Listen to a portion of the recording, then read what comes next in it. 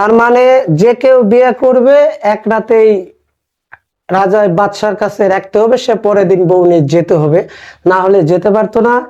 এই রাস্তা দিয়ে সেই অত্যাচারী জমিদার হেঁটে হেঁটে চলে গিয়েছে। নতুন বউ নিয়ে যায়। বিয়ের পর হ্যাঁ, বিয়ের পর নতুন বউ যখন নিয়ে যায় তখন গাড়ি আটকায় পর রাখে ওরা। গাড়ি আটকায় রাখে, তার মানে যে তাদের কাছে এক রাত রেখে যেতে হবে হ্যাঁ নাকি? হ্যাঁ হ্যাঁ। জয়পুরহাট জেলা পাঁচবিবি থানা সীমান্তবর্তী এলাকা লকমা রাজবাড়ি। আজকে আমার ভ্রমণ সঙ্গী হিসাবে আমার সাথে আছে আমার ভাতিজা মাসুম। এই রাজবাড়ি একটা ইতিহাস বহন করে। সেই 200-250 বছরের একটা ইতিহাস, কলঙ্কিত ইতিহাস আমি আপনাদের সামনে তুলে ধরবো। গ্রামের সেই মেঠু পথ, আঁকাবাঁকা রাস্তা অনেকটাই ভালো লাগতেছে আমার কাছে। তাহলে ভিডিওটি আপনারা না টেনে সম্পূর্ণটি দেখবেন। হ্যালো এভরিওয়ান, আসসালামু আলাইকুম। আমি হৃদয়, জয়পুরহাট জেলা পাঁচবিবি থানা নকমা রাজবাড়ি থেকে আপনাদেরকে স্বাগতম। এখানে আমরা একজন স্থানীয় মুরব্বী পেয়েছি। এই রাজবাড়ির সম্বন্ধে ইতিহাস সে কিছু জানে, সে আগেকার মানুষ, তার মুখ থেকে আমরা কিছু শুনবো। এই যে আমাদের মুরব্বী চাচা, উনি আমাদেরকে সবকিছু দেখাচ্ছে চতুর্দিকে ঘুরে ঘুরে। তাহলে শুনি এই রাজবাড়ির সম্বন্ধে কি ইতিহাস লুকোনো আছে। চাচা, এটা তো 200-250 বছরকার আগের না এই রাজবাড়ি? হ্যাঁ হ্যাঁ। আচ্ছা, এটা সম্বন্ধে আপনি কি জানেন এলাকাবাসী হিসাবে বলেন দিনি। আমাদের দাদার গল্প করে দিয়েছে একটু যে বলুন। এই নকমা চৌধুরীরা এই রাজপথে যখন নতুন বউ নিয়ে যায়। বিয়ের পর হ্যাঁ, বিয়ের পর নতুন বউ যখন নিয়ে যায় তখন গাড়ি আটকায় পর রাখে ওরা। গাড়ি আটকায় রাখে, তার মানে যে তাদের কাছে এক রাত রেখে যেতে হবে হ্যাঁ নাকি? হ্যাঁ হ্যাঁ, ও। রাখে দেয়। তারপরে আবার আমি শুনেছি যে কাঠের ঘোড়া উড়াই দিছিল। কাঠের ঘোড়া আকাশে উড়াইছে, এটা কিভাবে? কোনো যন্ত্রপাতি না এমনিতেই? এটা এমনি। তাহলে উনি খুব অত্যাচারী জমিদার বা জুলুমবাজ জমিদার ছিল। হ্যাঁ, এই কারণে হয়তো এগুলা সব যা গাছপালা দেখতেছেন, বাড়ি সব 3 তলা ছিল, এগুলা হ্যাঁ, সব এখন নিচে তলিয়ে গিয়েছে, শুধু গাছ। চাপে গেছে। আর কিছু কিছু জায়গা আছে যে আমরা যেখানে রয়েছে একটা সুড়ঙ্গ, এই রাস্তা দিয়ে সেই অত্যাচারী জমিদার হেঁটে হেঁটে চলে গিয়েছে। এটাকে সুড়ঙ্গ পথ বলে। এই যে আপনারা দেখতেছেন অন্ধকার, আমি নিচ থেকে দেখাচ্ছি। তারপর এটা আমার শোনা কথা। হ্যাঁ আপনারাও দাদার থেকে এই গল্পটা শুনেছেন নাকি? হ্যাঁ হ্যাঁ। আপনারাও চোখ দিয়ে দেখেননি? কতদিন আগেকার ঘটনা? এটা 200-250 বছর হবে। কত? 200-250 বছর হবে। এখানে তো দূর দূরান্ত থেকে লোকজন আসে নাকি? হ্যাঁ হ্যাঁ, আছে, বহু মানুষ আছে। আচ্ছা কাকা, ধন্যবাদ, শুনলেন কাকার মুখ থেকে। আমার আগে আগে অনেক পর্যটক ঢুকতেছে, আপনারা দেখতেছেন, আমিও ঢুকতেছি। প্রচুর অন্ধকার, দেখা যাচ্ছে না, তাই আমি পিছন পিছন আছি, দেখতেছেন। বন্ধুরা, চাচার মুখ থেকে শুনলাম এই সেই দরজা, এই সেই দরজার ঘরের দরজা।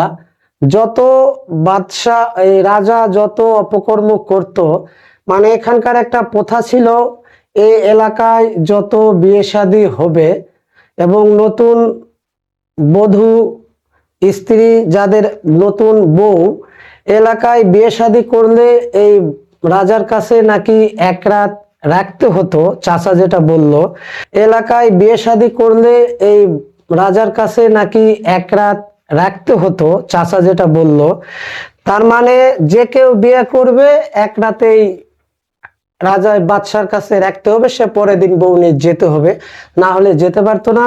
এখানে যে ঘরগুলো কালের সাক্ষী হয়ে দাঁড়িয়ে আছে, চাচা আমাকে দেখিয়েছে, তার মধ্যে আমি এই একটা রুম দেখলাম, এই দরজাটা এখনো বন্ধ, খোলে না। এখানে 2টা ঘরের দরজা বন্ধ আমি দেখাতেছি। এই একটা, এখানে আরেকটা, এই দুটা দরজা বন্ধ 200-250 বছর আগে থেকে। ভিতরে কি আছে স্থানীয়রাও বলতে পারবে না, কেউ বলতে পারবে না, কিন্তু তারা লোকমুখে শুনেছে এই দু ঘরে নাকি সেই জমিদার যত তার অপকর্ম চালায় যাইতো। এটি প্রায় 20 একর জমির মধ্যে অবস্থিত এই রাজবাড়িটা। এখানে প্রায় ধ্বংস বললেই চলে, কিছু কিছু জায়গা কালের সাক্ষী হয়ে এখনো দাঁড়িয়ে আছে, চতুর্দিকে গাছপালা। আর এটা 3 তলা বিশিষ্ট একটা ভবন ছিল, কিছু কিছু জায়গা এখনো আছে। এবং এখানে ঢুকতে গেলে লাইটের প্রয়োজন হয়। ছোট ছোট সুড়ঙ্গ পথ, গুহা, রাস্তা, এই সেই। এখানে নাকি বাদশার, রাজার, সরি, এখানে নাকি জমিদারের এখানে উনি বসতো, চেয়ার পেতে রাখতো। অন্ধকারে কিছু দেখা যাচ্ছে না। আমার তো গা ছমছম করতেছে যে সেই আমলের অত্যাচারী একটা জমিদার এখানেই বসে আছিল, সেই জায়গাতে আমি এসেছি। এটা ভাবতে কেমন লাগতেছে। চাচা আমাকে সবকিছু এই যে ঘুরে ঘুরে দেখাচ্ছে। এখানে প্রায় দরজাগুলো মাটির নিচে চলে গিয়েছে, খুব কষ্ট করে আসতে হয়। এবং দেখতেছেন লাইট লাগে। এক দরজা থেকে মাটির নিচে সবকিছু মোটামুটি 20 ফুটের মতো তলিয়ে গিয়েছে, যে সুড়ঙ্গ সুড়ঙ্গ পথ। এখানে ঢোকাটাও মোটামুটি একটা রিক্সার ব্যাপারে, যে অন্ধকার। আমি লাইট আনি নাই, আপনাদেরকে তো লাইট ছাড়া দেখাও যাচ্ছে না। আমি যদি ধ্বংস ধ্বংসস্তূপ বলতে পারেন এখানে, তো যদি একটা ইনকেস কোনো ঘটনা ঘটে ধসেও যায়, তাই আমি রিস্ক নিচ্ছি না, আমি পরে আপনাদেরকে দেখাবো। তাহলে দেখুন, আগেকার আমলের জমিদার বা রাজা যে যে বাড়িগুলা ধ্বংস হয়েছে আমরা দেখেছি, মোটামুটি এরকমই সবারই ইতিহাস। সবাই জুলুমকারী বাদশাহ, রাজা তারা ছিল। একটাও 2-4টা আশেপাশে এই এলাকাতে প্রচুর রাজবাড়ি আছে, জমিদার বাড়ি আছে। সবার ইতিহাস নাকি একই। দেখুন, এই যে ছোট্ট একটা সুড়ঙ্গ পথ, তাহলে এটা তো এত ছোট ছিল না। তাহলে বুঝতে হবে কতটা মাটির নিচে আছে এটি। এখান থেকে যেতে হলে আপনাদেরকে লাইট লাগবে, অথবা রিক্সও আছে, সাপ টাপ থাকতে পারে। এখানে কোনো সংস্কার হয় না, এখানে এলাকাবাসী সংস্কার করে না। তারা জঙ্গল ঘাস, এই যে একটা পথ, এটা বাহিরে আছে। এটা এই সিঁড়িটা আপনি বুঝতে পারেন, এটা 3 তলার একটা সিঁড়ি, ছাদ। আমি যদি আপনাদেরকে দেখাই,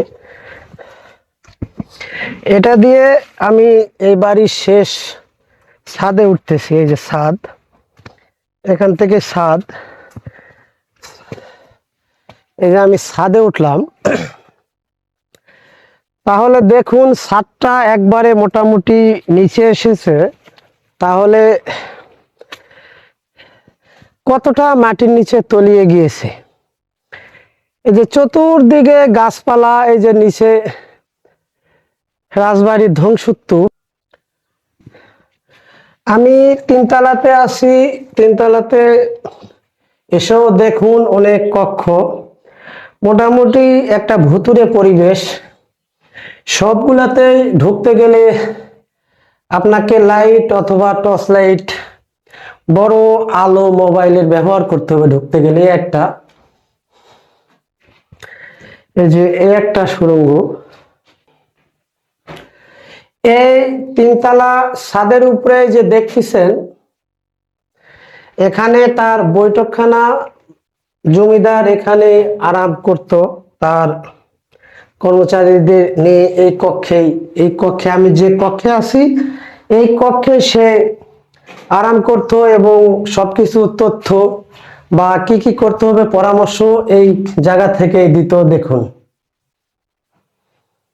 আমি ঘুরতে ঘুরতে কিছু দূর পর আসার পর দেখলাম এই যে রয়্যাল বেঙ্গল টাইগার অথবা বাঘ। আপনারা যেটা দেখতেছেন এটা জেনাতন বাগনা। এটা তৈরির বয়স মিনিমাম 200 থেকে 250 বছর হবে। আমার বাবা দাদা বা এলাকার যারা মুরব্বী আছে তারাও বলতে পারে না কত সালে জন্ম এটা সৃষ্টি হয়েছে। তারাও বলে যে তাদের দাদার থেকে শুনেছে, তাহলে এটার বয়স কত হবে। এই জমিদার বাড়ি প্রায় ধ্বংস বিলুপ্ত, চতুর্দিকে গাছপালা এখনো কিছুটা কালের সাক্ষী হয়ে দাঁড়িয়ে আছে। এখানে অনেক দূর দূরান্ত থেকে কিছু কিছু মানুষ এখনো আসে। এটা সরকারের এখনো প্রত্যন্ত মন্ত্রণালয় থেকে কোনো কিছু রক্ষণাবেক্ষণ করে না। যেমন পাহাড়পুর বৌদ্ধবিহার আছে, তারা সরকার ওটাকে রক্ষণাবেক্ষণ করে, কিন্তু এটা কেউ দেখার নেই, এভাবে আছে। তাহলে বুঝুন এটা জেনেতন না 200-300 বছরকার আগেকার একটা মূর্তি। প্রত্যেক দিন এখানে শত শত পর্যটক ঘুরতে আসে। আশেপাশে অনেক দূর দূরান্ত থেকে অনেক লোক আসে। এখানকার একটা কলঙ্কিত ইতিহাস আছে এই জমিদারের বিষয়ে। এখন কালের সাক্ষী হয়ে চতুর্দিকে গাছপালার মাঝে একটু একটু করে দাঁড়িয়ে রয়েছে ছোটখাটো একটা বিল্ডিং। ভিডিওটি যদি আপনাদের কাছে একটু ভালো লাগে তাহলে একটা রিকোয়েস্ট, লাইক কমেন্ট শেয়ার করুন এবং আমার চ্যানেলটি সাবস্ক্রাইব করে আমার পাশে থাকুন। আল্লাহ হাফেজ।